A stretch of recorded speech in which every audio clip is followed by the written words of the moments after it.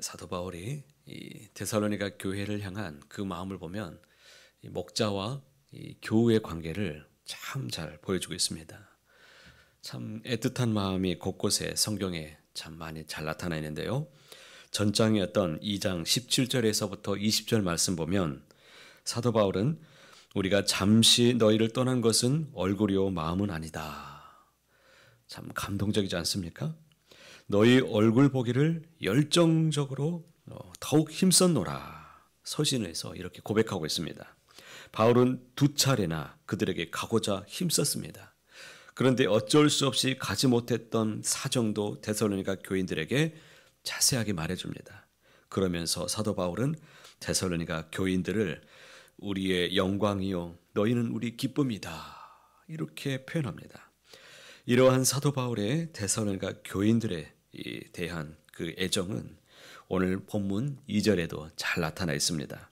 2절 상반절 말씀 보시면 우리 형제 곧 그리스도의 복음을 전하는 하나님의 일꾼인 디모데를 보내노니 말씀을 읽다 보면 데살로니가 교회를 향한 이 사도의 염려 그리고 사랑의 애절한 그 심정을 잘 읽을 수가 있습니다. 그런데 여기서 우리가 무엇을 보아야 되냐면 그 사랑을 통해서 우리에게 보여주시길 원하시는 그 주님의 마음을 우리가 그 속에서 읽을 수 있어야 됩니다. 주님은 항상 우리를 향해서 주님의 마음을 곁에 두고 계십니다. 사랑하는 이가 늘 마음을 곁에 두고서 그를 향해서 달려가고 있는 것처럼 주님은 한순간도 지나침이 없이 주님의 마음을 우리에게 향하고 계시고 우리를 향해서 달려고 계심을 꼭 믿으시기를 바랍니다. 우리에게 달려와 또 말씀을 주시고 복음의 이 생명을 일깨워 주시고 우리의 믿음을 굳건하게 하시고 우리를 위로하시는 하나님이십니다. 주님은 그러기에 우리의 힘이시며 능력이 되십니다. 그러기에 날마다 말씀과 성령으로 우리에게 달려오시는 그 주님을 맞이하시고 오늘도 새날을 주신 하나님과 함께 믿음으로 살아가는 그런 놀라운 은혜가 오늘도 충만한 날 되시기를 주님의 이름으로 축복합니다. 사도 바울은 우리의 연약함을 너무나 잘 알고 있었습니다. 이들에게 필요한 것은 신앙이 흔들릴 때마다 굳건하게 하는 힘이었습니다. 믿음에도 위로가 필요합니다. 우리 주위에 연약한 자들이 혹시 있습니까? 애정이 필요한 또 애정 어린 위로가 우리에게도 필요한데요. 신앙생활에서 위로받아야 되는 이 궁극적인 이유가 무엇일까요? 오늘 말씀 3절 상반절에 있습니다. 자, 말씀 보십시오. 아무도 이 여러 환난 중에 흔들리지 않게 하려 함이라. 이것이 하나님의 뜻입니다. 환난 중에 흔들리지 않기 위해서 어떤 갑작스러운 병마가 닥치고 또 갑작스럽게 관계가 무너지고 갑작스럽게 시험이 찾아오고 이런 일들을 이상하게 여기지 말아야 되는데 이상하게 여긴단 말이죠. 우리의 굳건함과 믿음의 위로가 필요한데 과연 그것을 어떻게 얻겠습니까? 사도 바울과 디모데와 같은 그리스도의 복음을 전하는 하나님의 일꾼들이 그때마다 우리에겐 필요합니다. 더 하나님 앞에 온전히 서 있는 그 사람들의 이 권면이 우리에게 필요합니다. 오늘 우리에게 무엇이 위로가 되겠습니까? 강단에서 선포된 이 말씀이 우리에게는 너무 중요하고 또 위로가 됩니다. 그리고 주님 안에서 성경을 근거로 한 이 권면의 말씀들이 우리에게 위로가 됩니다. 그런데 조심해야 될 것은 내가 몇 마디 말로 말씀을 가지고 내가 위로해야지. 그런데 말씀도 경우에 합당할 때 은쟁반에 담겨있는 사과와 같습니다. 금사과가 됩니다.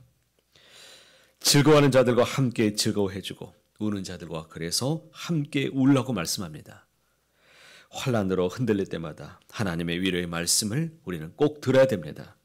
하나님의 말씀을 듣지 않고 어떻게 온전한 위로와 굳건함이 우리에게 세워질 수가 있겠습니까?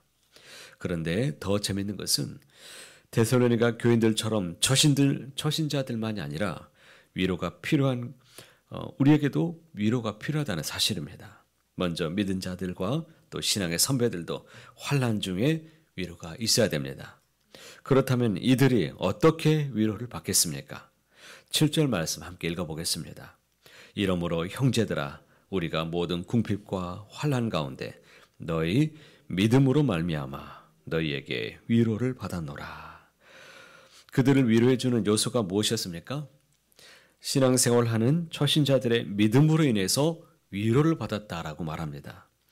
이러한 초신자들로 인해서 은혜를 받아본 적이 있으십니까? 새 교우 중에 초신자들의 짧은 고백에서 큰 위로를 받기도 합니다. 그들이 믿음 안에서 성장하고 있다는 것이 큰 위로가 됩니다. 이것이 성령님께서 역사하시는 하나님의 은혜입니다. 5절 말씀 보시면 우리 주변에는 우리를 시험하는 자들이 있습니다.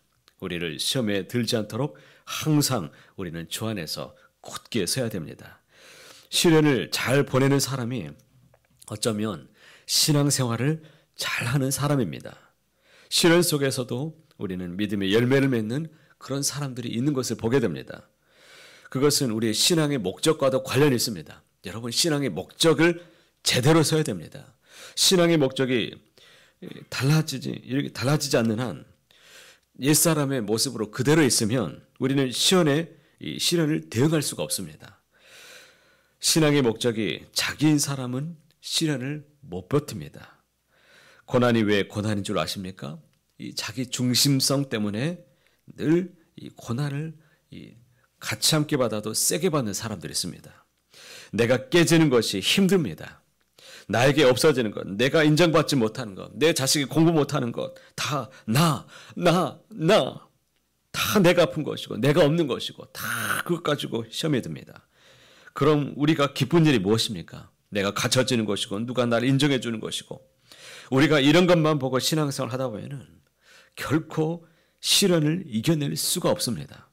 신앙의 목적은 우리가 안 깨지는 데 있지 않습니다. 오히려 깨져서 온전해지는 데 있습니다. 그래서 고난을 하나님께서 허락하실 때가 있습니다. 왜요? 깨지라고. 제발 좀 무너지라고. 그것을 믿음으로 받아들이고 또 믿음으로 대응해서 온전함에 이룰 수 있도록 우리 하나님을 원하십니다. 여러분, 하나님의 꿈이 무엇일까요? 우리 모두가 각 사람이 주님 안에서 온전해지기를 원하십니다. 우리의 신앙의 목적하고는 좀 다르지요. 나 부자 되게 해주는 하나님인 줄 알았는데, 나 치유해주고 또 나에게 복을 주시는 하나님이신 줄 알았는데, 교회 열심히 다니면 다 좀 좋아질 줄 알았는데, 하나님은 우리를 온전하게 하기를 원하십니다. 그리스도인답게 하나님 아버지로 모시고 살아가는 주님의 자녀답게 살아가기를 우리 주님이 원하시는 것입니다. 8절 말씀 보십시오. 그러므로 너희가 주 안에서 굳게 선즉 우리가 이제는 살리라. 이제는 살리라. 이 말씀 보면 안도에 숨을 쉰다는 겁니다. 사도 바울은 목회자로서 전도의 결실인 이 데살로니가 교인들의 이 굳게 서갈 때 비로소 자신이 안도의 한숨을 내쉴 수 있다. 내가 이제는 살 것 같다. 애정어린 마음을 이렇게 표현합니다. 목회자에게 가장 큰 보람이 무엇이겠습니까? 성도 한 사람 한 사람이 주님 안에서 온전해지는 것, 또 바로 서는 모습을 볼 때 가장 큰 보람이 됩니다. 이런 보람이 이게 큰 힘이 됩니다. 그 무엇보다도 위로가 됩니다. 뭐 놀러 가고 뭐 바람 쐬러 가고 이런 것 때문에 힘이 나는 게 아니에요. 오늘도 마포 시찰에 오늘 좀 바람 쐬러 가는데 오랜만에 바람 쐬러 갑니다. 제가 여기 와서 시찰에 야유회 처음 가요. 뭐 전혀 놀란 표정이 아니에요. 뭐 내가 안 가고 싶어서 안 간 게 아니라 교회 일정 때 때문에 못 갔습니다. 특세 때마다 일정 잡아놓고 뭐 하려고 하면 꼭 일정 잡아놓고 자기들끼리 놀러 가고, 그런데 오늘은 같이 좀 바람 쐬러 가려고 하는데 바람 쐬는 것 때문에 제가 위로받는 게 아니에요. 여러분들이 평안하여 든든히 서가는 모습을 봐야 내가 힘이 난다 이겁니다. 이 모습 보고 가야 내가 힘이 나는 겁니다. 환난은 피할 수 없습니다. 그러나 믿음 위에 서면 우리는 흔들림이 없이 그 어려움도 피해갈 수 있습니다. 우리의 믿음은 개인의 문제를 뛰어넘어서 교회와 사회를 살리는 놀라운 능력이 되는 겁니다. 그래서 우리 한 사람 한 사람이 제대로 서가는 것이 얼마나 중요한지 모릅니다. 우리 모두 주님이 오실 때까지 시험에 빠지지 않도록 믿음에 굳게 서서 거룩한 삶을 살아가시는 주님의 성도님들이 다 되시기를 간절히 사랑하고 축복하며 소원합니다.